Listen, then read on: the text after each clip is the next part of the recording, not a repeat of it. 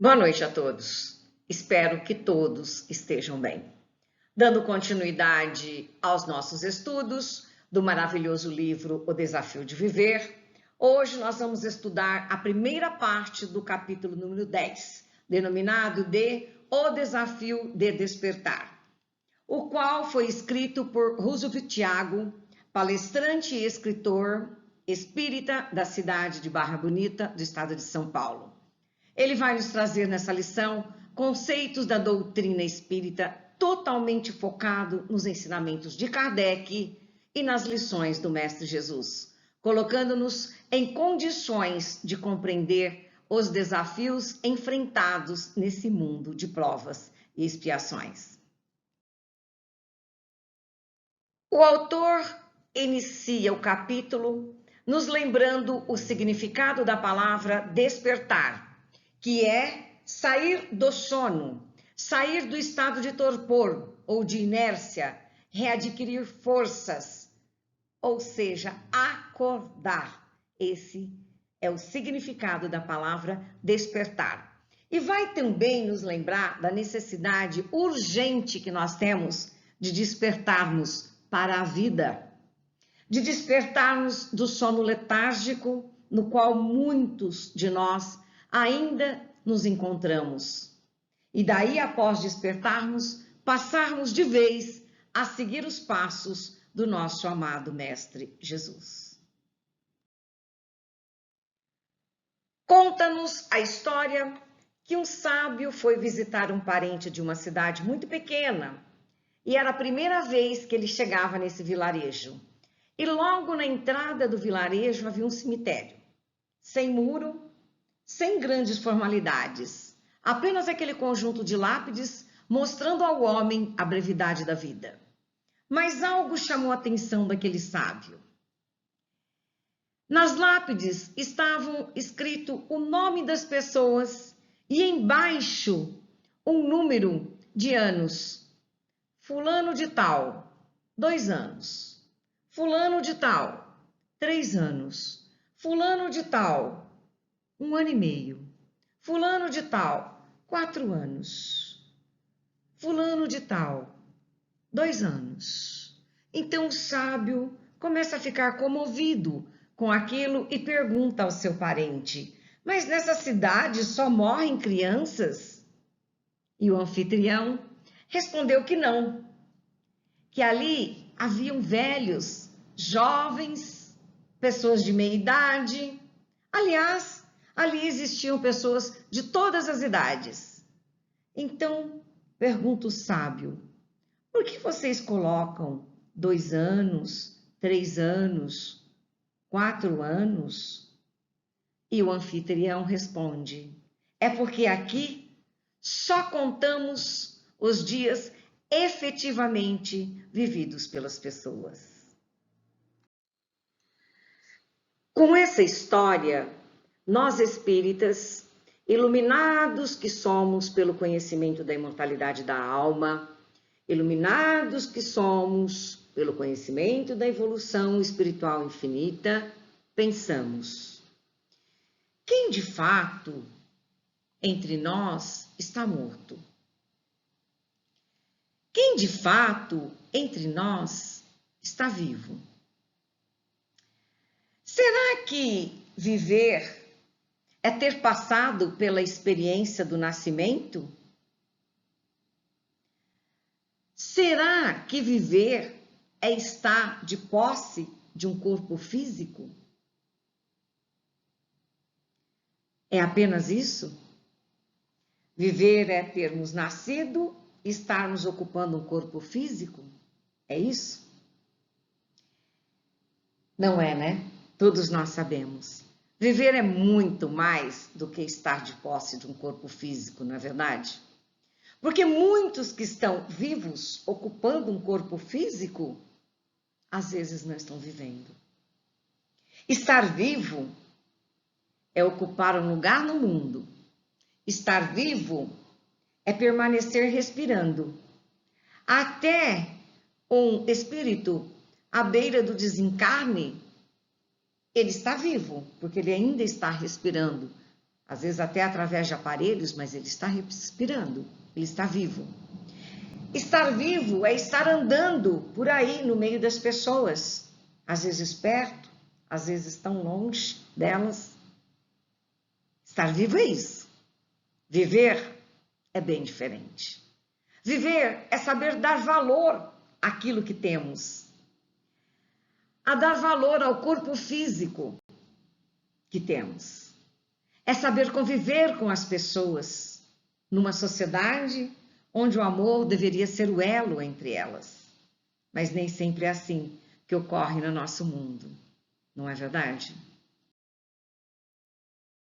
A criatura humana, desde a sua criação até a sua destinação, passado mais de 2000 anos de Jesus e do seu evangelho, ainda tropeça em problemas básicos de convivência e de civilidade, não é verdade?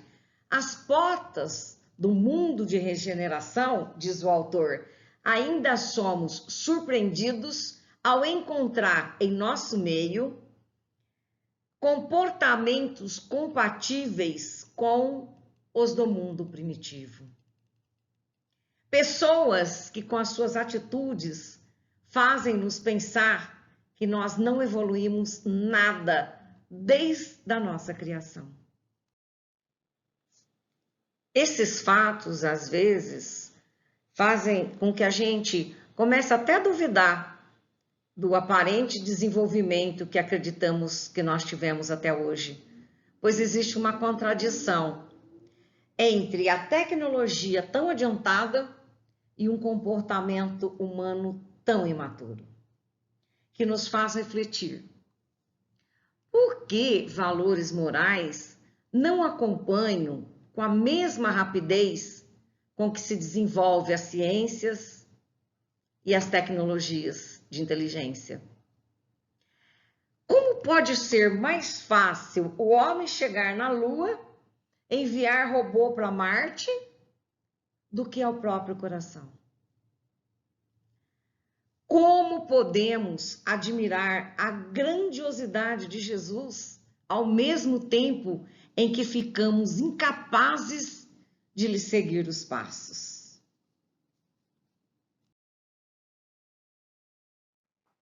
Por que é difícil evoluir moralmente? Porque é difícil chegar ao nosso coração? Porque é difícil seguir a Jesus? As perguntas seriam muitas, mas a resposta uma só. Estamos desatentos, escutando, mas não ouvindo. Daí a dificuldade de aprendermos as lições. E o próprio Jesus adverte na passagem de Mateus, no capítulo 11, versículo 15. Quem tem ouvidos para ouvir, ouça, demonstrando que muitos estavam escutando suas palavras, mas poucos estavam ouvindo as suas palavras. Poucos estavam dando atenção e assimilando os seus ensinamentos. Jesus nos exemplifica essa frase, quem tem ouvidos para ouvir, ouça, em uma de suas parábolas, a parábola do semeador, encontrada em 3 dos evangelhos, no evangelho de Mateus, de Marcos e de Tomé. O semeador saiu a semear. Quando semeava, uma parte da semente caiu à beira do caminho e vieram as aves e comeram-na. Outra parte caiu nos lugares pedregosos, onde não havia muita terra. Logo nasceu, porque a terra não era profunda, e tendo saído o sol, queimou-se, e porque não tinha raízes, secou-se. Outra caiu entre os espinhos, e os espinhos cresceram e sufocaram-na, e não deu fruto algum. Mas outras caíram na terra boa, e brotando e crescendo, davam fruto. Um grão produzia 30, outro 60, outro 100. Disse: quem tem ouvidos para ouvir, que ouça.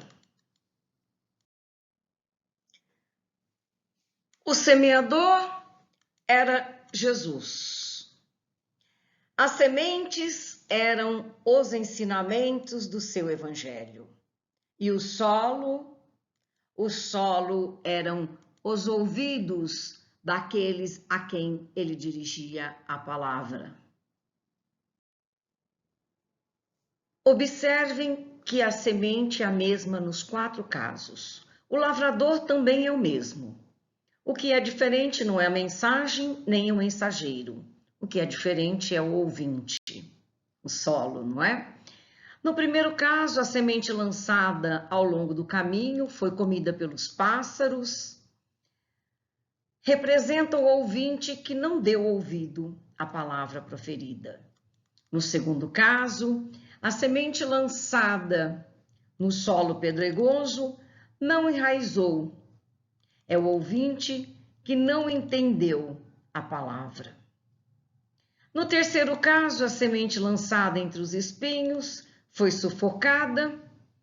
É o ouvinte que entendeu, mas deu maior valor ao mundo materialista em que vive do que a palavra recebida. E no quarto caso, a semente lançada foi em terra boa e lá frutificou e multiplicou-se, onde o ouvinte é aquele que ouviu os ensinamentos do Cristo e os colocou em prática. Nesse exemplo, a proporção é significativa. 3/4 do mundo não estão ouvindo a voz, ou seja, 75% da humanidade não pratica a mensagem de Jesus. Essa passagem nos informa que ouvir é de suma importância para compreender e evoluir moralmente. Mas a questão é: como nós estamos nos comportando com os ensinamentos que recebemos? Que tipo de solo somos nós? Nós já ouvimos falar tanto e até acreditamos na imortalidade da alma, mas nós acabamos nos comportando como se não houvesse um futuro. Nós cremos em um único Pai, mas nós não nos relacionamos como se nós fôssemos todos irmãos. Nós temos uma fé alimentada de dúvidas e uma esperança fragilizada pela ignorância. Até parece que nós estamos dormindo. E a essa conclusão que chegou Paulo de Tarso quando escreveu a sua carta aos Éfesios.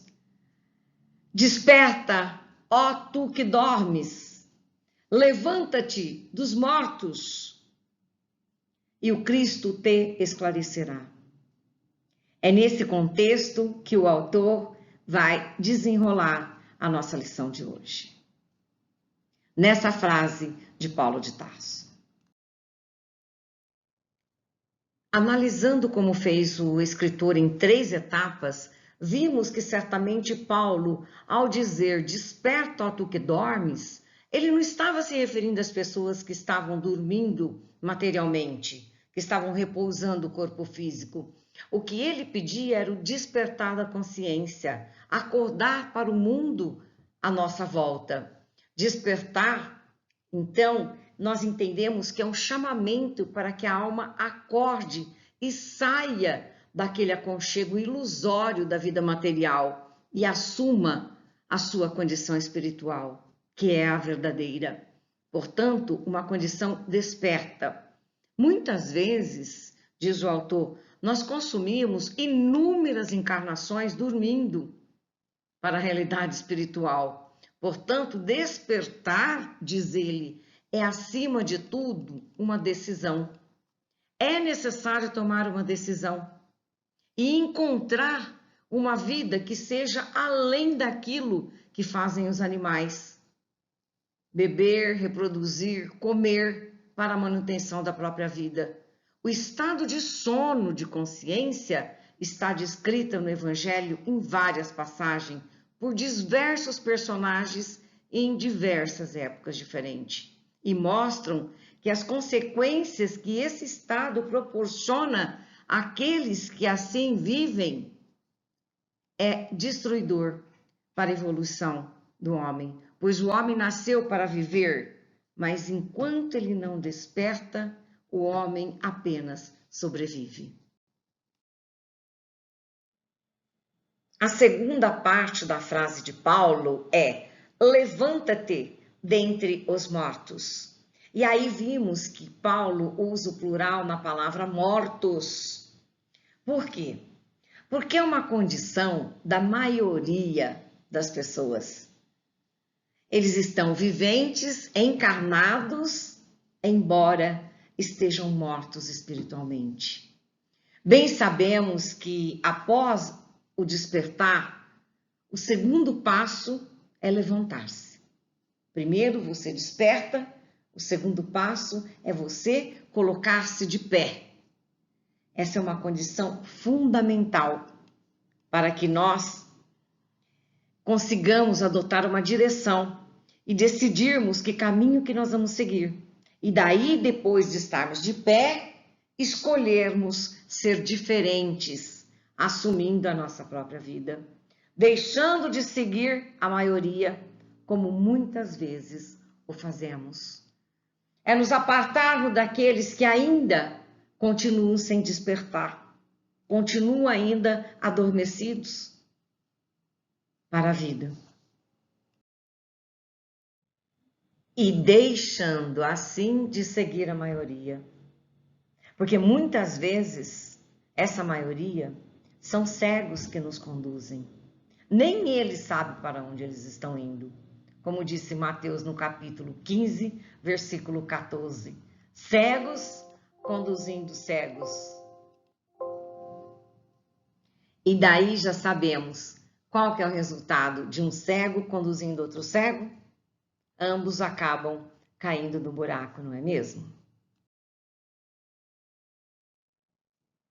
Após a conclusão das duas fases anteriores, finalmente ficamos em condições de receber e compreender as orientações de Jesus, que nos fala a consciência. Daí a frase de Paulo: e o Cristo te esclarecerá. Após despertarmos, após levantarmos, passamos a compreender aquilo que é de caráter espiritual. E todo conhecimento acumulado e não praticado começa a vir à tona. É a nossa consciência cobrando a prática daquilo que nós já sabíamos, inclusive. E que por seguir o fluxo da vida material, temos uma conduta contrária àquilo que nós próprios acreditamos. Não é verdade? Nós apresentamos uma distorção de valores entre aquilo que nós praticamos e aquilo que nós mesmos acreditamos. Bem assim, não é verdade? Nós entramos em conflito conosco mesmos. Nós acreditamos, mas não praticamos.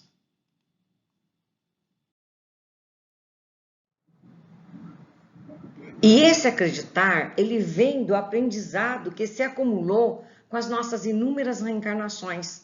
Pois, como nós sabemos, nós somos criados pelo Pai como espíritos simples e ignorantes. Nós saímos lá do marco zero, do conhecimento, da evolução, mas com um grande potencial para nós chegarmos à perfeição. É esse o propósito da criação e esse é o objetivo de todos os espíritos em evolução. Bom, nós temos na pergunta 115 do Livro dos Espíritos um questionamento de Kardec aos espíritos quando ele pergunta: alguns espíritos foram criados bons e os outros maus? Os espíritos respondem: Deus criou todos os espíritos simples e ignorantes, isto é, sem saber. A maldade é o uso da liberdade que o espírito já possui, que é o que nós chamamos de livre-arbítrio. Ou seja, o mundo material que nós vivemos é o que nos faz seguir o caminho do mal. E daí vira uma prática comum entre os espíritos encarnados, que busca sempre se nutrir do mal, na ideia materialista que errar é humano. E usando essa frase, usando disso, nós continuamos errando, permitindo em nós vícios de comportamento que poderíamos ter excluído há tempos, em razão do nosso já conhecido ensinamento religioso, desde a época do Mestre. E principalmente hoje, o conhecimento que nós temos da doutrina que nós seguimos. Daí o achar que continuar errando faz parte do nosso mundo, porque ainda é um mundo de provas e expiações, é nos mantermos na condição de consciência adormecida. É isso que o autor nos explica nessa lição. Nós achamos que nós estamos no direito de continuar errando, é porque nós estamos com a consciência adormecida. Daí voltamos lá no nosso ponto central. Desperta, ó tu que dormes. Quando Paulo sugere o despertamento aos Éfesios, em carta escrita àquele povo, ele deixou uma valiosa lição à humanidade inteira e para todas as épocas. Vale, portanto, para os tempos atuais, na verdade. Os dramas e as tragédias que nós estamos vendo no nosso meio social, bem dizem, né, da necessidade de acordarmos para as definitivas finalidades da criatura humana e a necessidade de nós conquistarmos valores espirituais definitivos. Portanto, a mensagem de Paulo, valiosa para todos os dias, deve ser meditada, refletida, estudada e analisada, para que nós tenhamos a certeza de que estamos vivendo dignamente, pensando no hoje, sem esquecer o amanhã, pois mais cedo ou mais tarde nós sabemos, né? Nós seremos convidados a deixar esse mundo, nos instalaremos na pátria espiritual e lá, em razão da lei de causa e efeito, seguiremos com os valores que nós conseguimos por aqui.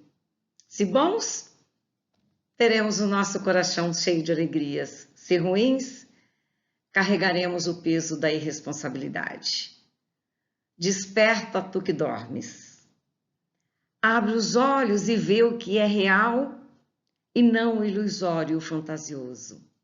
Levanta-te dentre os mortos, sai da procissão daqueles que nada querem de útil e definitivo. O Cristo te iluminará. Cristo dará a nós aquilo que nós plantamos. Colheremos os frutos da nossa plantação. Desperta, tu que dormes. Desperta e busque dentro de você os valores e as orientações divinas. Mas esse despertar não é fácil, nós sabemos. Como nos lembra nos ensinamentos de Jung, não há despertar de consciência sem dor. As pessoas farão de tudo, chegando ao limite do absurdo, para evitar enfrentar a sua própria alma. Ninguém se torna iluminado por imaginar figuras de luz, mas sim por tornar conscientes a escuridão com a finalidade de se melhorar. Mas aí vem a dúvida, né? Mas como fazer isso?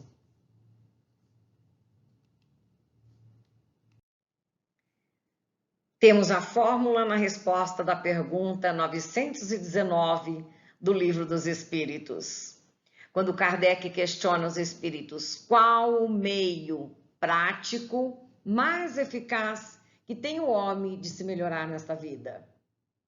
E os espíritos respondem: um sábio da antiguidade vô-lo disse, conhece-te a ti mesmo. Quem disse isso foi Sócrates, que trouxe esse ensinamento há 400 anos antes de Cristo. Sócrates nos ensinou que é necessário, primeiro, se voltar para dentro de si mesmo, numa busca sincera. Daí a necessidade de sermos humildes, como nos ensinou Jesus. E por que nós devemos, primeiramente, sermos humildes? Porque os humildes, eles conseguem extirpar de dentro de si aquele orgulho que aprisiona a consciência. Aquele orgulho que faz com que nós continuamos naquele profundo sono.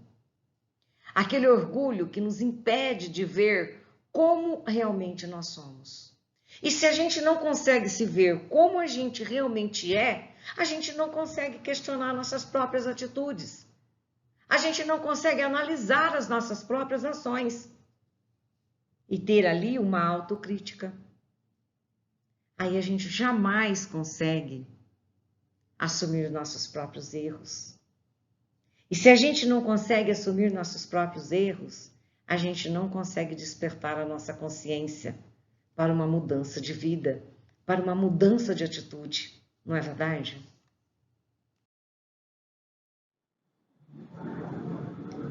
O Espírito Hamed, pelo médium Francisco do Espírito Santo, nos lembra na obra Um Modo de Entender uma Nova Forma de Viver, o qual nós já estudamos em anos anteriores, que quem assume seus erros e se responsabiliza por tudo o que está vivendo interior e exteriormente, traz consigo a maturidade da criatura sábia e sensata, que aprendeu a enxergar a vida com os olhos do discernimento, ou seja, despertou para a vida, foi humilde, admitiu seus erros e, diante da maturidade alcançada, se propõe agora a corrigi-los. Ainda Hamed, na mesma obra em folhas 32, nos alerta como usar a maturidade para nos socorrer. Diz ele: saiamos do sono da inconsciência de nós mesmos, tornando-nos seres conscientes. O ser consciente é uma criatura renovada pela experiência interior. Vive na iluminação íntima, pois o eixo de sustentação não se encontra fora dele, mas dentro de si. O ser consciente, ele consegue visualizar os seus erros, consegue admitir que é ele mesmo que produz as suas próprias dores. O ser consciente, diz Hamed, percebe que os nossos inimigos residem na nossa casa mental. E daí conseguimos deixar de apontar os outros como causadores dos nossos dissabores.